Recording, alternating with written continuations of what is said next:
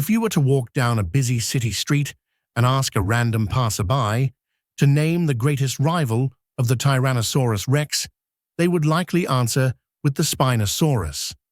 This popular misconception stems largely from cinema, specifically the 2001 film Jurassic Park 3, which famously depicted a Spinosaurus snapping the neck of a T-Rex. Because general audiences often assume that the dinosaurs depicted in blockbuster movies lived simultaneously, the idea that these two apex predators engaged in death battles on a regular basis has become embedded in public consciousness. More recently, film franchises have introduced the Giganotosaurus as another potential contender, suggesting a prehistoric world where massive theropods constantly vied for supremacy. However, the paleontological reality tells a different story. Neither the Spinosaurus nor the Giganotosaurus ever laid eyes on the Tyrant King. They were separated not only by vast geography, but by millions of years. The T-Rex did not spend its days wrestling with other giant carnivores. Instead, its true nemesis, the one creature that posed a genuine mortal threat to the most famous predator in history, was not a meat-eater at all. It was a herbivore. To date, this specific animal stands as the only known creature to have ever caused documented physical injury to a Tyrannosaurus rex. That animal was the Triceratops. For anyone with an interest in natural history, the name is iconic. With its formidable 3 horns and massive bony frill, the Triceratops has cemented its status as one of the most recognizable animals to ever walk the earth. Yet, beneath its fame lies a complex history of mistaken identity, evolutionary marvels, and a brutal existence that forced a plant-eater to become a warrior capable of standing its ground against the ultimate killing machine. Despite its status as a household name, the Triceratops did not enter the scientific record with grandeur. In fact, it was initially misclassified. When the first fossilized evidence appeared, paleontologists did not even recognize it as a dinosaur. This blunder began in 1887, when a pair of massive brow horns were unearthed in Colorado. These specimens were sent to Othniel Charles Marsh, one of the most renowned paleontologists of the 19th century. Upon examining the horns, Marsh was convinced he was looking at the remains of a mammal. Specifically, he believed the horns belonged to an ancient, oversized species of bison from the Pliocene epoch, naming it Bison alticornis. While easy to criticize this mistake with modern hindsight, at the time, the scientific community had no knowledge that ceratopsian dinosaurs had ever existed.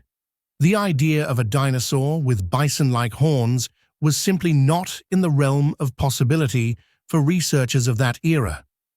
The correction came slowly. A year later, Marsh introduced Ceratops, the first identified horned dinosaur. Around the same time, a cowboy in the rugged American West stumbled upon a monstrous skull protruding from a ravine.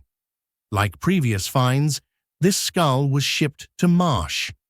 Initially, he designated it as another species of Ceratops. It was not until a third, well-preserved skull was found that the full picture began to emerge. This third skull matched previous findings, but possessed a crucial, undeniable feature: a complete set of 3 horns. Faced with this evidence, Marsh retracted his previous classification of the ancient bison. He acknowledged that the bison, the Ceratops specimens, and the new skull were all representatives of a singular new genus of dinosaur.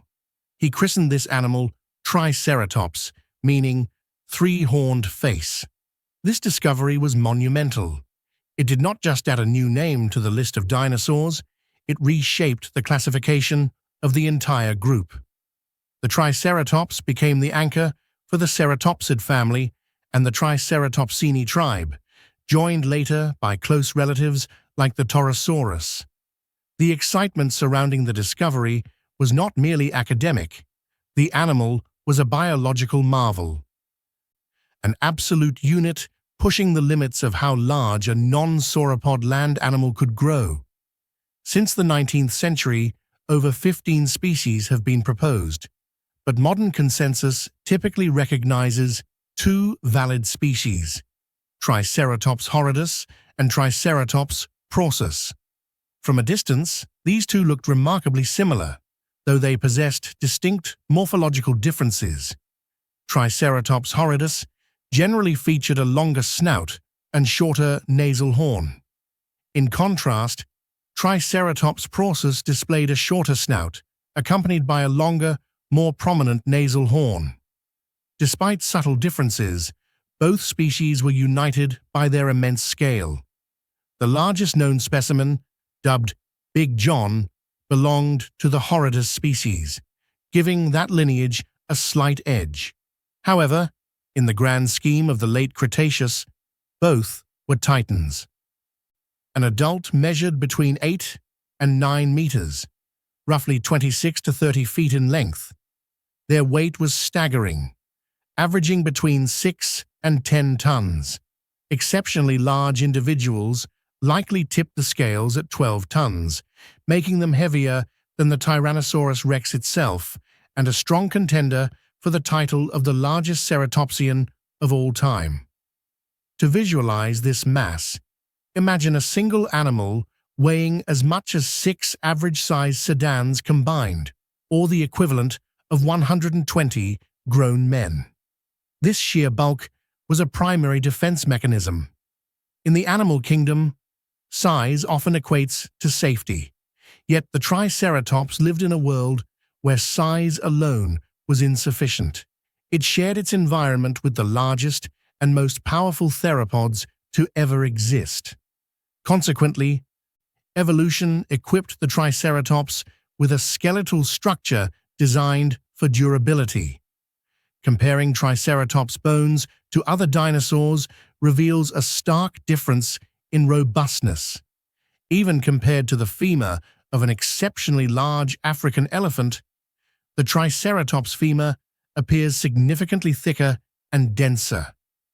This heavy build, combined with a low center of gravity, made the animal incredibly difficult to topple.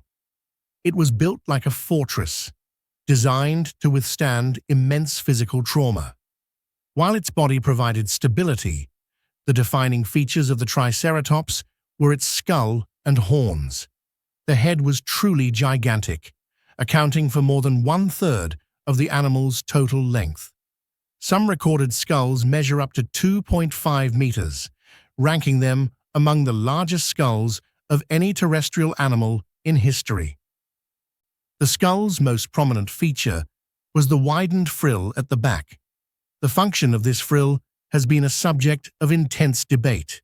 It likely served a multifunctional role. One theory suggests it was a canvas for courtship displays, perhaps brightly colored to attract mates. However, substantial evidence supports its role as a defensive shield. The frill covered the neck, a highly vulnerable area for any animal facing a predator. Furthermore, analysis reveals it was composed of fibrolamellar bone, a specialized, fast-growing tissue known for rapid healing. This implies the frill was expected to take damage and recover quickly, a trait necessary for an animal living in a violent world. Then there were the horns. These were not merely decorative ornaments, they were lethal weapons. The two brow horns above the eyes were the largest, sometimes measuring over 1 meter in length, roughly the length of 2 rhino horns stacked end to end. It is crucial to note that fossilized skulls only show the bony core. In life, they would have been covered in keratin sheaths, significantly extending the length of the horns and making them even more formidable. For years, the popular narrative was that these horns evolved primarily to stab T-Rexes.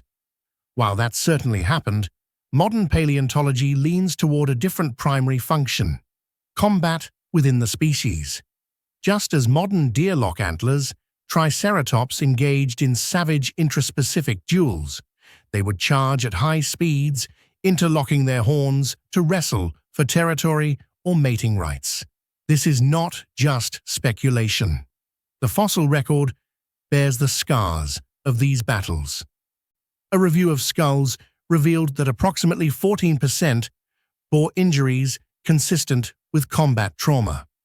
Big John, the massive specimen mentioned earlier, possessed a skull with a gaping hole in the frill. Analysis suggests this wound was inflicted by the horn of a rival Triceratops. The wound showed signs of infection, likely contributing to the animal's death. These findings paint a picture of a creature that was naturally aggressive and well-versed in violence. The aggressive nature of the Triceratops meant that when it faced a predator, it did not go down without a fight. In the Late Cretaceous, the Tyrannosaurus rex was the only carnivore large enough to pose a legitimate threat to a mature Triceratops. We know predation occurred. Numerous Triceratops fossils bear bite marks matching the serrated teeth of a T-Rex. However, unlike the one-sided slaughters often depicted in media, the conflict between these two species was a dangerous gamble for the predator. The Triceratops holds a unique distinction in the fossil record. It is the only animal for which we have physical evidence of it inflicting damage upon a Tyrannosaurus. The most striking example is the dueling dinosaurs fossil. This extraordinary specimen preserves a juvenile T-Rex and an adult Triceratops entombed together. While the burial circumstances are studied, the skeletons tell a violent story. Both animals were battered. The T-Rex bore the brunt of the damage: shattered teeth, a broken finger, and a cracked skull. Because the T-Rex was a juvenile and sustained such heavy damage, some speculate the Triceratops might have been the aggressor, perhaps defending itself or territory against a young predator. Further evidence of violence is found on a large adult T-Rex nicknamed Wyrex. Its left femur features a puncture wound perfectly matching the shape and size of a Triceratops' brow horn. What makes this injury fascinating is the angle. The trajectory suggests a large ceratopsian rammed the T-Rex from behind while the predator was standing. This implies a sneak attack. It paints a scenario where the prey turned the tables, charging the predator when its back was turned. A prehistoric case of "call an ambulance, but not for me." Other paleontologists, such as Peter Dodson, have argued that in a fair head-on confrontation, the odds favored the herbivore. A bull Triceratops, with its low center of gravity, massive shield, and dual lances, presented an impenetrable fortress. To kill a Triceratops, a T-Rex had to flank it. If the Triceratops kept its head facing the threat, the predator had almost no safe angle of attack. While battles with the T-Rex grabbed the headlines, daily life was defined by grazing. Despite being a herbivore, it did not possess the flat grinding teeth of a cow.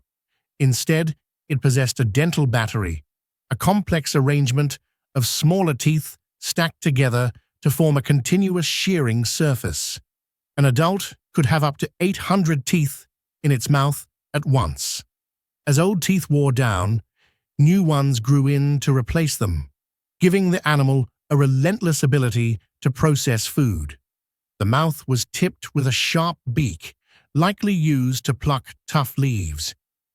Due to its low-slung body, paleontologists believe the Triceratops fed primarily on low-lying vegetation, such as ferns and palms. However, its immense size offered another strategy. Much like modern elephants, a Triceratops could use its bulk to knock over taller trees, bringing inaccessible canopy foliage down to ground level. This efficient feeding engine fueled a population that dominated the ecosystem. In the Hell Creek Formation, the Triceratops was not just present, it was ubiquitous. In some layers, remains account for 40% of all dinosaur skeletons found. Some estimates suggest they made up nearly 70% of the total dinosaur population in the area. They were the buffalo of the Cretaceous, the overwhelming biological force of their environment. Interestingly, despite this high population density, the Triceratops was likely not a herd animal in the traditional sense. While other horned dinosaurs are found in massive bone beds, Triceratops fossils are almost always found in isolation. This suggests that adults were solitary creatures, preferring their personal space, a trait that aligns with their aggressive nature. There are rare exceptions, such as a site containing 3 juveniles, which suggests that young Triceratops may have banded together for protection. But for the most part, the adult Triceratops was a lone wanderer, confident enough to walk alone in a world filled with monsters. The world the Triceratops inhabited was rich and vibrant, filled with diverse dinosaurs, including Edmontosaurus and Ankylosaurus. It was a humid, subtropical landscape of swamps and forests, teeming with life. It was here, in this lush but dangerous setting, that the Triceratops thrived for over 2 million years. Tragically, even perfect biological adaptations could not protect the Triceratops from the catastrophe that awaited it. The species was one of the unlucky few present for the KPG extinction event. In a poetic twist, the Triceratops and T-Rex, enemies for millennia, likely went extinct together. In fact, the Triceratops may have been the last non-avian dinosaur to fall.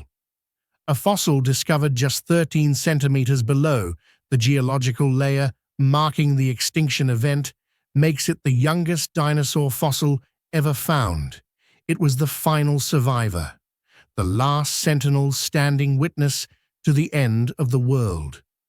While Hollywood may continue to invent clashes with Spinosaurus, the fossil record holds a more compelling truth.